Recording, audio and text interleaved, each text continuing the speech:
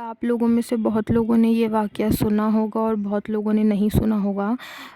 एक दफ़ा का वाक़या है कि एक औरत तवाफ़ कर रही थी और तवाफ़ करते-करते अल्लाह का शुक्रिया अदा कर रही थी कि या अल्लाह तेरा शुक्र है, मैं इसमें भी तुझसे राज़ी हूँ।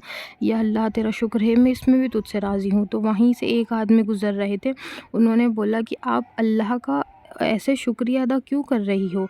ऐसी क्या बात है? तो वो बोलती, पहले मैं अपना तवाफ़ मुकम्मल कर लूँ, फिर मैं आपको बताती हूँ। तो उसने तवाफ़ मुकम्मल करा और फिर वो बोलती कि एक दफ़ा का वाक़या है, खाने की चीज़ कुछ बना रही थी तंदूर वग़ैरह में, और मेरे 3 बेटे हैं जिसमें से 2 बेटे खेल रहे थे।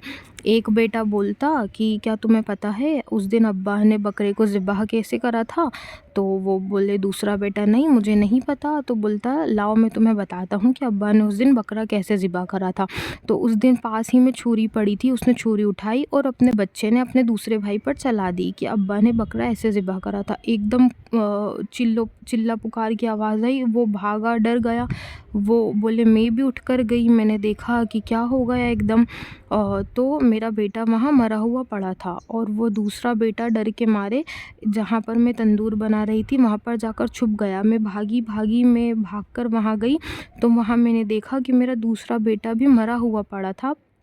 वहाँ पर एक साँप था जिसने उसे डस लिया था, वो भी मरा हुआ पड़ा था। फिर मेरे को ध्यान आया कि मेरा तीसरा बेटा कहाँ है। मैं तीसरे बेटे की तरफ भागी, मैं वहाँ पर भी गई और वहाँ मैंने देखा कि जहाँ मैं तंदूर बना रही थी वहाँ पर वह उसके अंदर गिर गया, आग में लथपथ हो रहा था। मैंने तीनों बेटों की लाश उठाई और तीनों को रखा वहाँ पर, और मैंने अल्लाह का शुक्र अदा करा कि या अल्लाह मैं इसमें भी तुझसे राज़ी हूँ, या अल्लाह मैं इसमें भी तुझसे राज़ी हूँ।